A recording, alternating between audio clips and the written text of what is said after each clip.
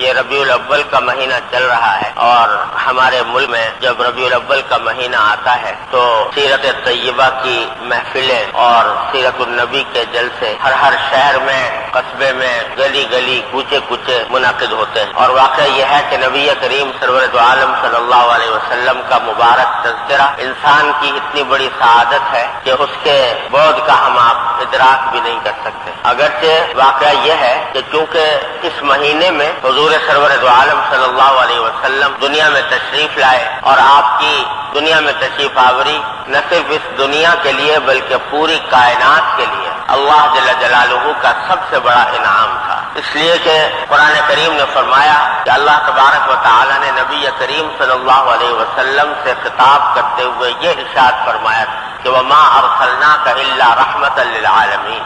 ہم نے آپ کو نہیں بھیجا مگر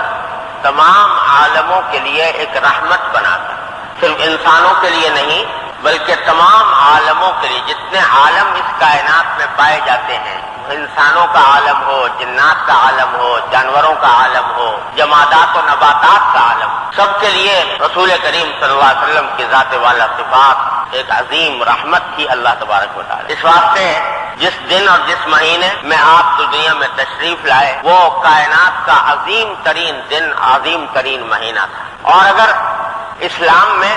کسی کے یوم ولادت منانے کا کوئی تصور ہوتا تو یقیناً حضور نبی کریم سرور عالم صلی اللہ علیہ وسلم سے زیادہ کسی اور کا استحقاق نہیں تھا کہ اس کا یوم ولادت منایا جائے، لیکن اللہ جل جلالہ نے آپ کے ذریعے جو دین ہمیں عطا فرمایا وہ دین در حقیقت رسمی کارروائیوں سے بڑا بالا تر ہے۔ اس دین میں تمام تر زور اور اہمیت اور تاکید در حقیقت عمل کی ہے، ہر انسان کے اپنے عمل، اس میں رسمی کارروائیاں نہیں ہیں۔ اس لیے اس دین کے اندر کسی کے یوم ولادت یا یوم وفات منانے کا کوئی تصور ہی نہیں۔ اتنا عظیم الشان واقعہ جو پوری کائنات کے لیے ایک رحمت تھا وہ پیش آیا، سرکار دو عالم صلی اللہ علیہ وسلم کی ولادت باسعادت، لیکن پوری حیات طیبہ میں نبی کریم سرور دو عالم صلی اللہ علیہ وسلم کی حیات طیبہ میں کبھی آپ نے یا آپ کے صحابہ کرام نے یہ دن نہیں منایا۔ آپ دنیا سے تشریف لے گئے، 100 سال تک صحابہ کرام دنیا میں تشریف فرما رہے، اور یہ وہ صحابہ کرام تھے جو نبی کریم سرور دو عالم صلی اللہ علیہ وسلم کے اتنے جانثار کہ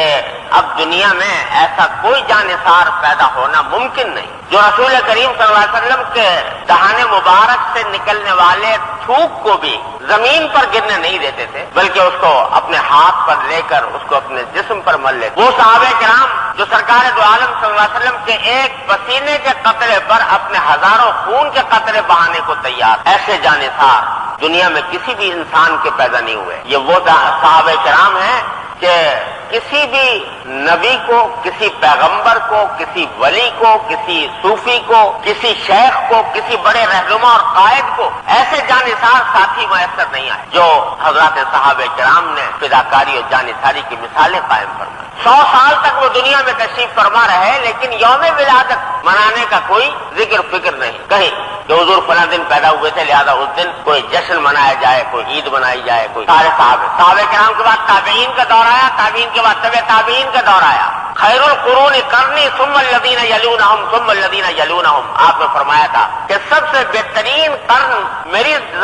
زمانے کی قرن ہے، اس کے بعد جو لوگ میرے صحابہ آنے والے ہیں، اس کے بعد جو ان کے بعد جو آنے والے تابعین اور تبع تابعین۔ پورے اس خیر القرون میں کوئی تذکرہ کہیں عید میلاد النبی منانے کا نہیں، کیوں؟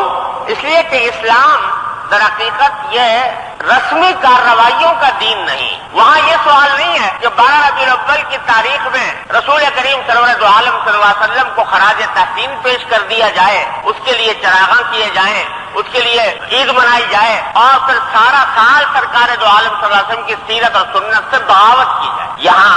اس کا کوئی تصور نہیں تھا۔ ان کا تو ہر لمحہ، ان کے 12 مہینوں میں سے ہر مہینہ، دن کے 24 گھنٹوں میں سے ہر گھنٹہ وہ اللہ جل جلالہ اور اللہ کے رسول صلی اللہ علیہ وسلم کا مجسم تذکرہ تھا۔ جہاں دو آدمی بیٹھ گئے انہوں نے نبی کریم صلی اللہ علیہ وسلم کے سیرت و سنت کا ذکر چھیڑ دیا اور اس بات کا جائزہ لینا شروع کر دیا کہ ہم سیرت و سنت کے کون سے پہلو پر عمل پیرا ہیں اور کون سے پہلو پر عمل پیرا نہیں ہے، اگر نہیں ہے تو کس طرح اس پر عمل پیرا ہوں۔ یہ تھا اصل پیغام جو حضرات صحابہ کرام نے اور تابعین اور تبع تابعین نے امت کو پہنچایا۔